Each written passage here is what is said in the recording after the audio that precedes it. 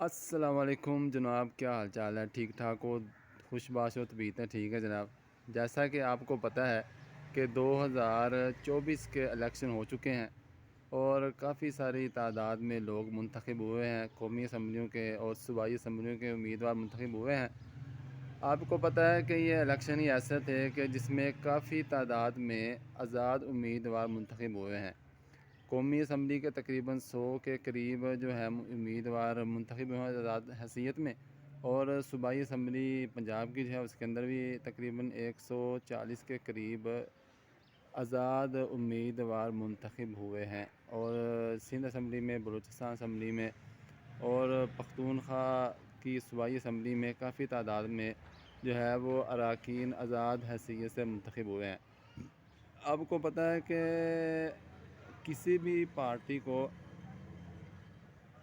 Majority حاصل نہیں ہوئی، کسی بھی پارٹی کے پاس منتخب ارکان کی اتنی تعداد نہیں ہے کہ وہ حکومت بنا سکے، خاص کر کے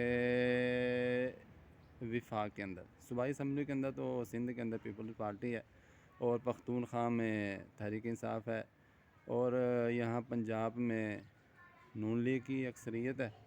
آزاد ارکان اگر تتر بتر نہ ہوئے تو تحریک انصاف بھی پنجاب میں اپنی حکومت بنا سکتی ہے، اور بلوچستان کے اندر پیپلز پارٹی کی تقریباً 11 نشستیں ہیں، مسلم نون کی ہیں اور JUI کی ہیں، ٹھیک ہے۔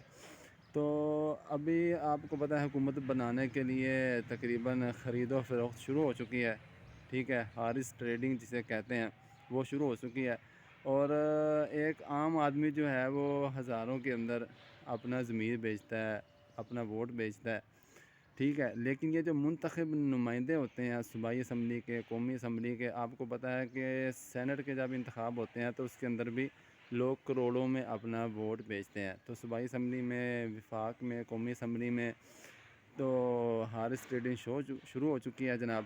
زرداری صاحب نے اپنے گھوڑے دوڑا دیے ہیں۔ آپ کو پتہ ہے کہ 2018 کے الیکشن میں جہانگیر ترین کا ہیلی کاپٹر بڑا مشہور ہوا تھا، اس کا جہاز بڑا مشہور ہوا تھا، تو جس کی وجہ سے قومی اسمبلی اور صوبائی اسمبلی میں تحریک انصاف نے حکومت بنائی تھی۔